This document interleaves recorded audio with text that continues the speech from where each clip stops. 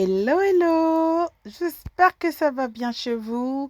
C'est toujours un réel plaisir de vous retrouver pour les nouvelles recettes.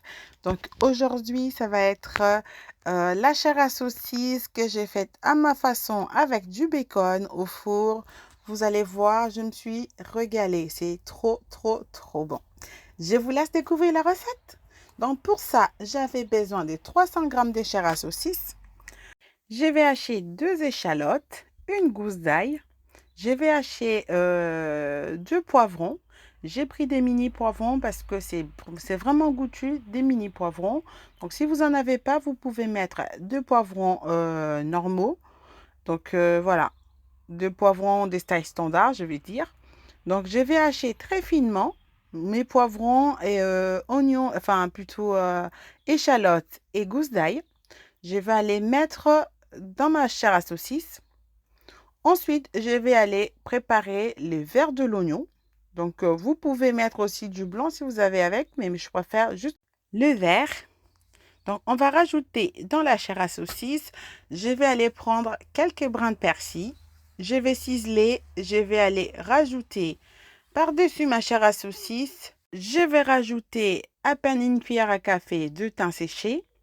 Si vous en avez en frais, vous pouvez en mettre. Donc, je vais mettre du paprika, du sel, du poivre.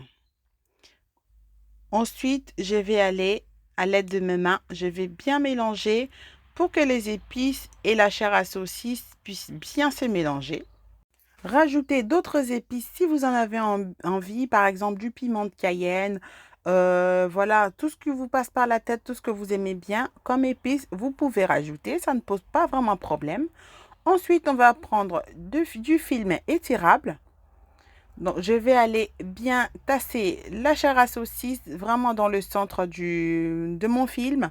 Je vais aller rouler sur elle-même pour former un genre de forme. Je vais faire une forme de boudin. Je vais bien rouler dans le papier, dans le film étirable. Ensuite, je vais aller rajouter le papier aluminium par-dessus. C'est vraiment pour permettre à ce que ça ne bouge pas quand je vais mettre au frais. Donc, l'idée, c'est d'avoir la chair qui va être bien compacte et qui ne va pas aller en mille morceaux après la cuisson. Donc, l'idée, c'est d'avoir un boudin.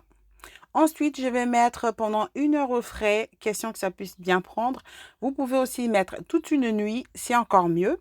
Donc, au bout d'1 heure, on va sortir la viande et je vais prendre des poitrines de porc fumées finement tranchées. Je vais aller l'étaler les unes sur les autres, comme ce que vous voyez sur la vidéo. Donc, je vous ai fait voir l'épaisseur de mes tranches. Donc, c'est vraiment des fines tranches. Ensuite, je vais prendre mon boudin. Je vais aller le rouler dans ma poitrine. Donc, je vais faire comme ce que vous voyez sur la vidéo. Je vais reprendre du papier cuisson où j'ai étalé mes poitrines pour avoir la facilité de rouler sur le boudin. Donc, ensuite, sur le bout qui reste, je vais essayer de rabattre sur elle-même. Donc, normalement, à la cuisson, ça devrait se coller avec la matière grasse qu'il y a dedans. Donc, ensuite, je vais prendre le papier cuisson qui était dessus. Je vais aller venir bien fermer, bien serrer de deux côtés. Je vais reprendre encore du papier aluminium. Je vais aller remettre par-dessus tout pour avoir une bonne cuisson à l'étouffer.